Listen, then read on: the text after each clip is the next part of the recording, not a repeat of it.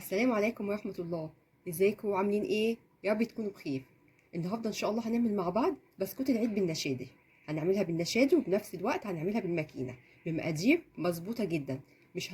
مش هقدر خالص اقول ان هو زي الجاهز، لانه هيبقى احلى بكتير وبمراحل عن الجاهز. ولو اول مرة تعمليها هينجح معاكي وهتكون محترفة فيها كمان. بس ما هتبقى ثابتة ومقرمشة. وهنقول مع بعض سر التسوية اللي هيخليكي اللون بتاعها بالجمال ده.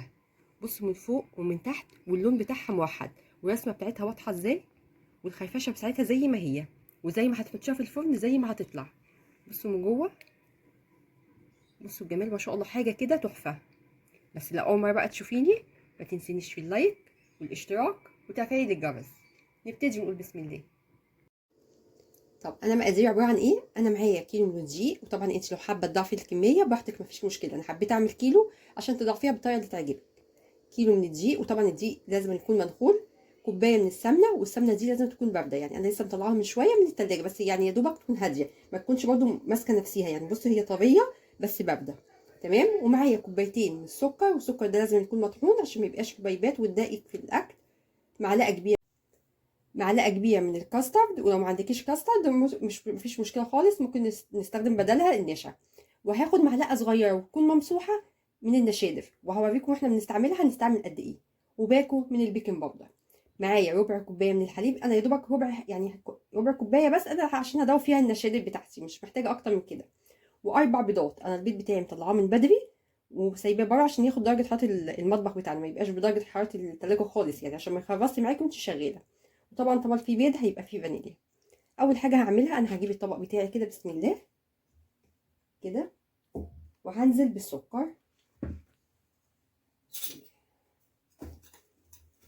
مهم قوي ان انت تدخلي السكر بتاعك كده، دول كوبايتين. وهنزل بالسمنه، كوبايه السمنه. بص هي ساقعه وفي نفس الوقت ما تبقاش ايه ماسكه نفسيها. يعني انا طلعتها يا دوبك تهدى من بره التلاجة. هنزل بالكوبايه كلها كده، وهبدا بقى اضرب الكلام ده مع بعض كويس جدا. انا هفضل اضربه لحد ما لونه يبقى كريمي معاكي وفاتح خالص. هضربه ونيجي نشوف هنعمل ايه. بصوا كده تمام قوي. بصوا الخليط بتاعي بقى عباره عن كانك بتعملي كريم شانتيه بالظبط، هو ده اللي مطلوب. هعمل ايه؟ انا هنزل بقى بنص كوبايه الزيت. طبعا الميكس ده بيخلي البسكوته بتاعتك تكون ماسكه نفسيها، وفي نفس الوقت بتبقى مقرمشه بالزياده، وتكون دايبه كده من السمنه ومقرمشه من الزيت. ميكس كده مع بعض بسم الله ما شاء الله بيخليها تحفه. هنزل كده بنص الزيت بتاعي، وهبدا اضرب تاني كده تمام. هبدا بقى انزل بالبيض، بس ما تنزليش بالبيض مره واحده، يعني هنزل ببيضه واضرب، انزل ببيضه واضرب، ما تنزليش مره واحده بيها بالشكل ده كده. يعني هنزل بيضه كده بسم الله واضرب لحد ما تختفي انزل واحده تانية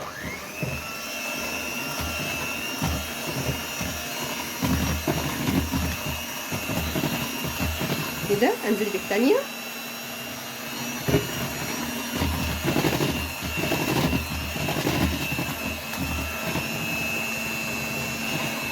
كده.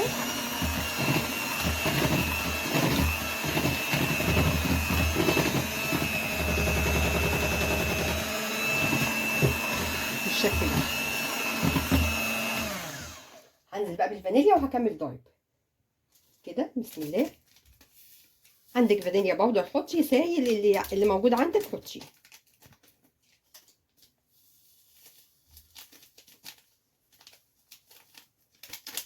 كده. انا حطيت الفانيليا بتاعتي كلها، وهبدا اضرب بقى الخليط ده مع بعض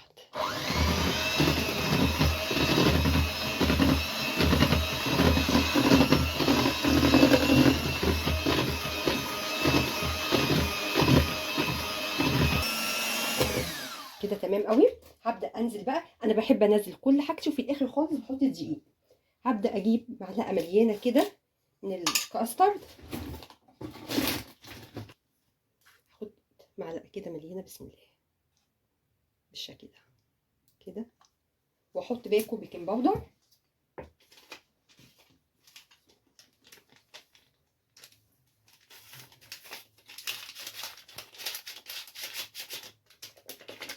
كده، وهضرب ضربه بسيطه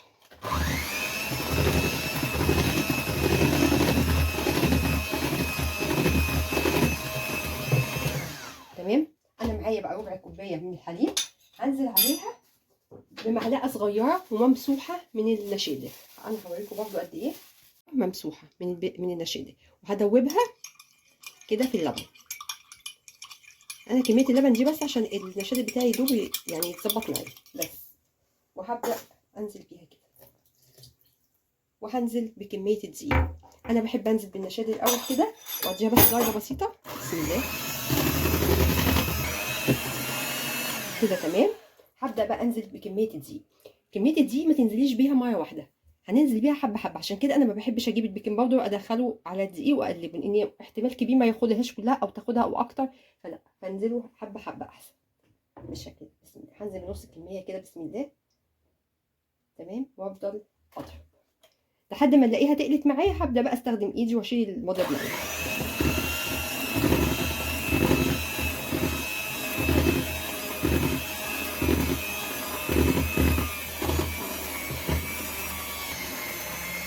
كده انا كده خلاص بقى. انا هشيل المضرب بتاعي بسم الله، وهبدا اكمل بقيه الدقيق لحد ما الاقي العجينه بتاعتي بقت كويسه. هبدا انزل بكميه الدقيق كده برضو، مش هنزل بيهم كلهم. وهبدا اهم حاجه دلوقتي ما تعجنيش، يا دوبك بتلم العجينه. البسكوت لو عجنتيه هينشف منك وهيبقى وحش جدا بالشكل ده. انا بصوا بحط كميه دقيق والفها كده، المها مع بعض لحد ما الاقيها لمت معايا بالشكل ده. محتاجه تاني هحط كميه الدقيق اهو كده تمام. بصوا هي ما خدتش معايا كميه الكيلو دقيق، عشان كده بقول لك ننزل حبه حبه. اهم حاجه لما تيجي تختبريها بالايد النضيفه كده اللي ما فيهاش دقيق، بصوا اهي زي الفل ما شاء الله. بصوا ما بتشققش وزي الفل كده تمام. هعمل انا بقى هحضر المكنه بتاعتي والصاجات ونيجي نقطعها مع بعض. هبدا اقطع البسكوت بتاعي كده. طبعا الطول ده بتاعك انتي، ومسيبه مسافه بين كل بسكوتيه والتانيه بالشكل ده كده كده. طبعا هنساوي كل ده في الاخر كده.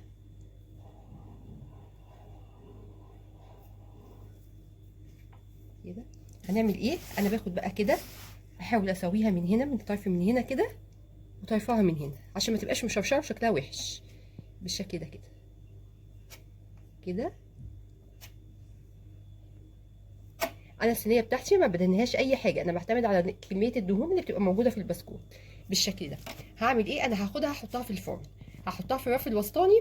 انا اول حاجه بعملها عشان تاخدي اللون الحلو بتاعها، يبقى درجه الحراره بتاعه الفرن بتاعك بيبقى عادي. اول ما بتدخليها بتوطي العين بتاعك خالص، يعني اقل حاجه ممكنه عندك خليها. لو اخدت معاكي لون من تحت وما خدتش لون من فوق مفيش مشكله، ولعي عليها الشوايه. بس اهم حاجه تبقى النار واطيه جدا تمام. هتاخد معاكي لون حلو قوي من فوق ومن تحت. هخلص كل الكميه ان شاء الله واسويها ونيجي نشوف شكلها النهائي.